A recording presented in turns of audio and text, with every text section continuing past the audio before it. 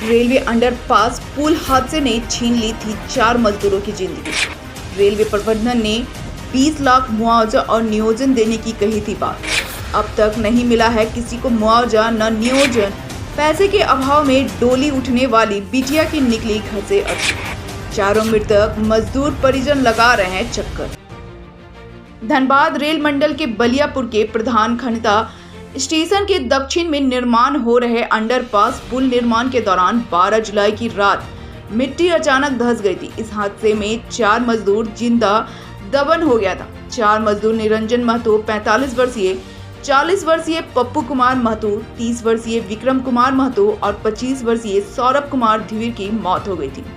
मजदूरों की मौत का जिम्मेदार रेलवे ठेकेदार द्वारा सुरक्षा में लापरवाही को बताया गया था। हादसे के बाद स्थानीय लोगों ने हो हंगामा किया था, घंटों रेल लाइन को बाधित कर दिया था। घटना के दूसरे दिन 13 जुलाई को लिखित समझौता हुआ था, जिसमें सभी मृतक परिवार को 20-20 लाख नकद और नौकरी देने की बात कही गई थी। लेकिन 4 महीने बीत जाने के बाद अब तक मृतक परिवार को नौकरी नहीं मिली, न ही मुआवजा राशि। इसी क्रम में मृतक निरंजन महतो की पुत्री की पैसे और इलाज के अभाव में 8 अक्टूबर को मौत हो गई। इसको लेकर आश्रितों ने रेलवे पर सीधा आरोप लगाया है, क्योंकि इतने महीने तक आश्रित डीआरएम कार्यालय का चक्कर लगाते रहे, लेकिन उन्हें पैसा नहीं मिल सका। इस घटना को रेलवे के अधिकारियों के प्रति लोगों में आक्रोश है। एक बार फिर मृतक के परिजन मुआवजा और नियोजन के लिए गुहार डीआरएम कार्यालय पहुंचकर लगाएं। वहीं मृतक पप्पू महतो की पुत्री ने कहा कि रेलवे अंडरपास पुल निर्माण के दौरान मलबा में दब जाने के कारण उनके पिता की मौत हो गई थी। लिखित आश्वासन रेलवे द्वारा दिया गया था कि प्रत्येक मृतक परिवार को 20 लाख रुपया मुआवजा और एक नौकरी देंगे, लेकिन 4 महीने से चक्कर लगा रहे हैं, कोई सुनवाई नहीं की गई, कोई मदद तक नहीं कर रहा है। वहीं मृतक मजदूर निरंजन महतो के परिवार ने कहा कि रेलवे अंडरपास पुल हादसे में मौत होने पर मुआवजा और नौकरी देने की लिखित आश्वासन दिया था, जो 4 महीने बाद भी नहीं मिला। निरंजन की बेटी का पैसे के अभाव में इलाज नहीं हो पाया, जिस कारण 8 अक्टूबर को मौत हो गई। जिस बेटी की डोली घर से निकलना था, उसकी अर्थी घर से निकली। रेलवे प्रशासन मुआवजा दे नहीं रही, ना नौकरी। 4 महीने से चक्कर लगा रहे हैं सभी।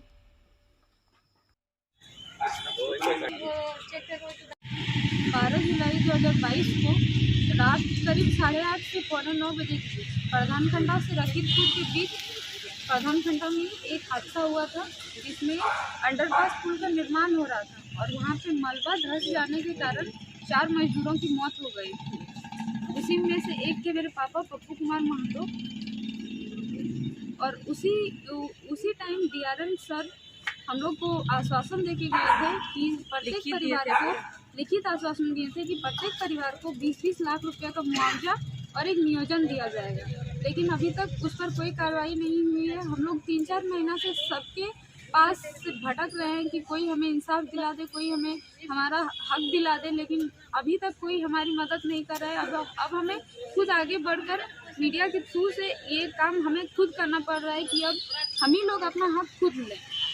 जुलाई से 3 महीना पूरी तो हो ही गया, 4 महीना घुसने लगा। डीआरएम ऑफिस में सीनियर डीएम सर से मिलने, वो बोले कि कल आप लोग को लेबर कोर्ट बुलाया गया है, आप लोग लेबर कोर्ट जाइए, वहाँ क्या होता है, क्योंकि रेलवे और लेबर कोर्ट दोनों बहुत अलग विभाग है। तो वो लोग क्या निर्णय लिया है ये हम लोग नहीं बोल सकते, आप लोग वहीं जाके पता कीजिए। बोले पहले जाके वहाँ मिलिए। वो बोला पहले जाके वहाँ मिलिए, उसके बाद ही हम लोग कुछ कर सकते हैं या बोल सकते हैं। वो लोग क्या बोले, कल बुलाए हैं वहाँ, कल जाना पड़ेगा। 12 जुलाई को जो अंडरपास जो बन रहा था पुल, उसमें 4 मजदूर काम कर रहे थे। उसमें से एक मेरा घर का सदस्य था, जो मेरा था, जो रात को काम कराया जा रहा था। उसमें वो लोग काम करा रहा था और ये लोग कर रहा था, लेकिन कैसे मतलब हादसा हुआ, मलबा धंस के वो लोग दब गए।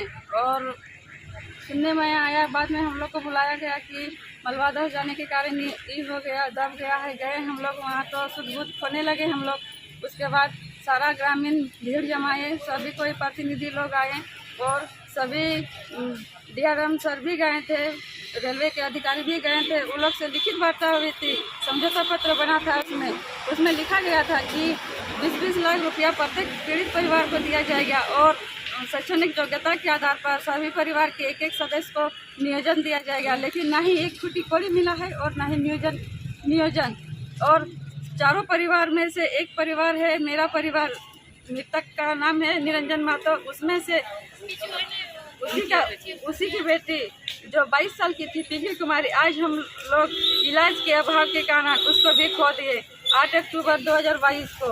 आज उसका 5वां दिन चल रहा है, लेकिन कौन सुनेगा मेरा आवाज़, इन गरीबों का आवाज़?